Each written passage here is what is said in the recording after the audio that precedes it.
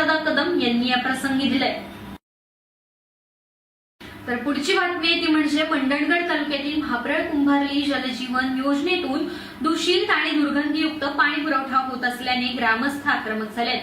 6 February रोजी झालेल्या ग्रामसभेत पाणी पुरवठा विभाग पंचायत समिती मंडणगडच्या उपअभियंता जवादे यांनी संबंधित ठेकेदार आणि सहठेकेदार यांना पुढील 20 दिवसात विहिरीतील पाणी उपसा करून परत पाणी नमुना तपासणीसाठी प्रयोगशाळेत पाठवण्याचा आदेश दिला होता। परंतु ही मुदत संपत आली तरी मात्र अजून अद्याप शासनाचे पालन ठेकेदार आणि सहठेकेदार यांनी केले नसल्याने ग्रामस्थांमध्ये आता संतापाची लाट उसळली आहे।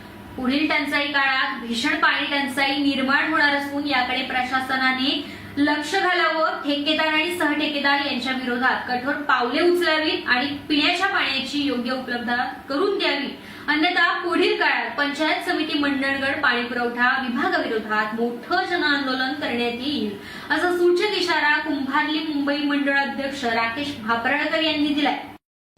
नमस्कार। शासनाने आम्हाला पाणी दिलंय पण तो पाणी आमच्या योग्य नाही आणि आमच्या डोक्यावरचा हंडा खाली उतरायला पाहिजे, म्हणून आम्ही एवढी खटपट करत आहोत।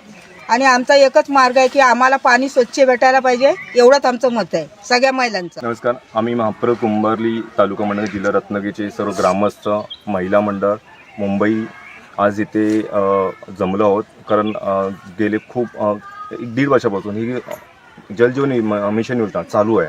त्या संदर्भात आम्ही वारंवार ग्रामपंचायत, त्याच्यानंतर पंचायत समिती, रत्नागिरी जिल्हा अन्य ठिकाणी पत्रव्यवहार केलेला आहे, कारण या विहिरीचं पाणी जे आहे ते दुर्गंधयुक्त पाणी पिण्यायोग्य नाही, याची वारंवार आम्ही पत्रव्यवहार पंचायत समिती, जिल्हा रत्नागिरी जिल्हा जे जलजीवन मिशन आहे या विभागाशी आम्ही अंतर्गत सर्वांशी पत्रव्यवहार केलेला आहे, तरीसुद्धा अजूनपर्यंत कोणतीही याच्यावरती कारवाई झालेली नाही। या संदर्भात ग्रामपंचायत म्हाप्रळ लोकोरवन इथे आमची 6 फेब्रुवारी 2025ला ग्रामसभा झाली होती।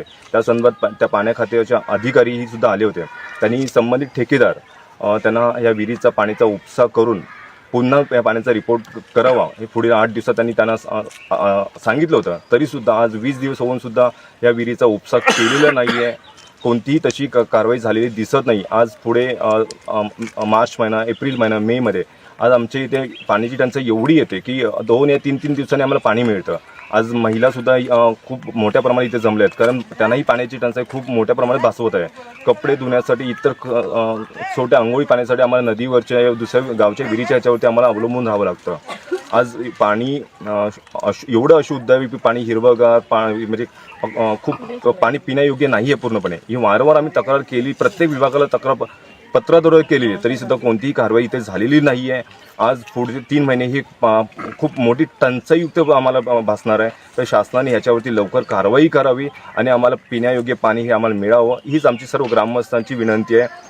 तसंच काही पुढच्या 20 या 25 दिवसात नाही, पुढे 15 दिवसात नाही झाले तर आम्ही मंडणगड पंचायत समिती इथे आम्ही ठिय्या आंदोलन करणार, सर्व मताने आम्ही ठिय्या आंदोलन करणार आहोत।